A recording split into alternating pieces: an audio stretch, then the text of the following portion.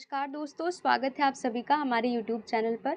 और आज के इस वीडियो का उद्देश्य ये है कि मैं आपके साथ अपने विचारों को शेयर करने वाली हूँ किसी एक पर्टिकुलर चीज़ पर। मैंने रिसेंटली YouTube पर ही एक कंटेंट क्रिएटर का एक वीडियो देखा जिसमें मैंने बहुत ही अच्छी चीज़ सीखी। वो चीज़ के ऊपर मैं अपने पर्सपेक्टिव आपके साथ शेयर करना चाहती हूँ। अगर आपको जानना है कि मैंने किसका वीडियो देखा है और क्या देखा था उसमें, तो मैं वो भी आपके साथ शेयर कर सकती हूँ। लेकिन कुछ लोगों को लगेगा कि मैं एडवर्टीज़मेंट कर रही हूँ, इसलिए मैं यहाँ पर किसी का नाम नहीं ले रही हूँ। लेकिन मैंने ये चीज़ जो है कहीं से सीखी है और मैं उसके ऊपर थोड़ा-सा एडिशन करके कुछ चीज़ आपके साथ शेयर कर रही हूँ।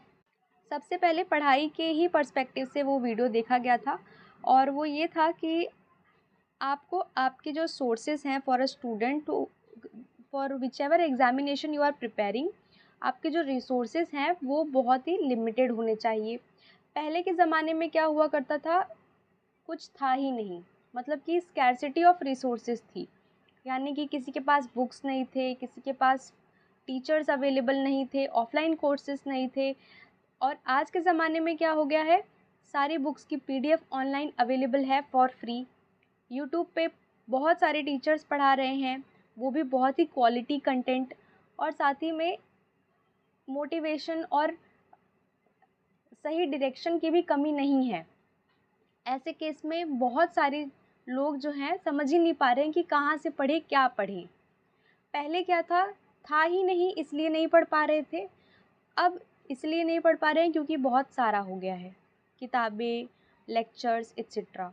दूसरी चीज़ ये है कि जब आप अपने सोर्सेज़ को लिमिटेड करेंगे, तब आप उसी चीज़ को 10 बार पढ़ेंगे और वो चीज़ आपके गहराई तक उतरेगी। अब क्या हो रहा है, आप एक टॉपिक को पढ़ते हैं, फिर उसी टॉपिक को दूसरे टीचर से पढ़ते हैं, फिर कहीं और से पढ़ लेते हैं, तो यहाँ पे आपका रिवीजन नहीं हो रहा है। यहाँ पर आपको इन्फॉर्मेशन ओवरलोड हो रहा है, जिसकी वजह से आपका दिमाग उसे हैंडल नहीं कर पा रहा है। तो पहला जो आपको काम करना चाहिए वो है रिसोर्सेज़ को लिमिटेड रखना चाहिए, यानी कि निश्चित चीज़ों से ही आपको पढ़ाई करनी है, मल्टीपल टाइम्स करना है। तो आज ही आप अपने रिसोर्सेज़ को लिस्ट डाउन करिए और उसी से स्टिक हो जाइए। ये भी डिसिप्लिन का ही एक काम है, ठीक है। दूसरी जो चीज़ है वो ये है कि आपको एनर्जी मैनेजमेंट सिस्टम सीखना चाहिए।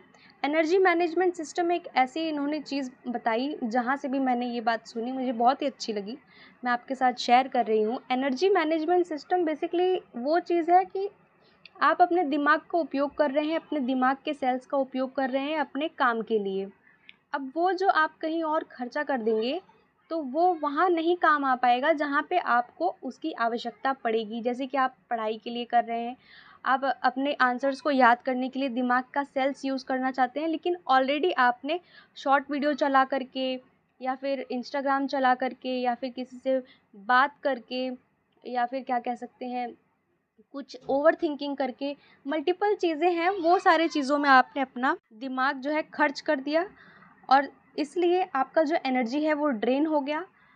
यहाँ पर उन्होंने एनर्जी मैनेजमेंट सिस्टम बताया, यानी कि आप अपने दिमाग का जो एनर्जी है उसे मैनेज करिए और लिस्ट डाउन करिए कि कहाँ कहाँ पर आपका जो ब्रेन का एनर्जी है वो वेस्ट हो रहा है, वो ड्रेन हो रहा है। वैसे होल को, लूप होल को आपको फिल करना है।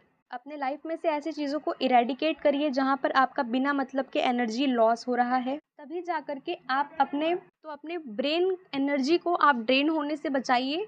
और ड्रेन होने से बचाने का एकमात्र ये भी तरीका है कि अपने रिसोर्सेज को लिमिट करिए। दोनों जो चीज़ें हैं आपस में जुड़ी हुई हैं, इन दोनों चीज़ों को आप ज़रूर फॉलो करिए।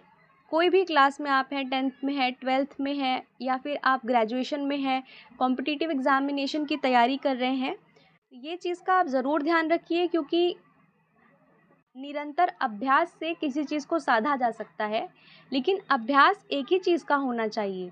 ये जो म्यूजिशियंस होते हैं, जो रागों की प्रैक्टिस करते हैं, वो एक एक राग को एक एक महीने के लिए, एक एक साल के लिए प्रैक्टिस करते हैं ताकि उस पे वो जो है अच्छी सिद्धि प्राप्त कर सकें।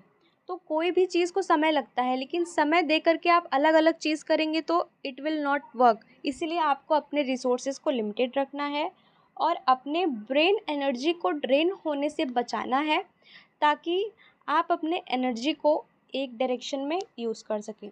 तो ये चीज़ों को मैंने सीखा और इसीलिए मैंने आपके साथ शेयर किया, क्योंकि मुझे बहुत अच्छा लगा ये चीज़। और मैं चाहती हूँ कि आप अपने लाइफ में भी ऐसी चीज़ों को ज़रूर इम्प्लीमेंट करिए। वीडियो में बने रहने के लिए आपका बहुत बहुत धन्यवाद।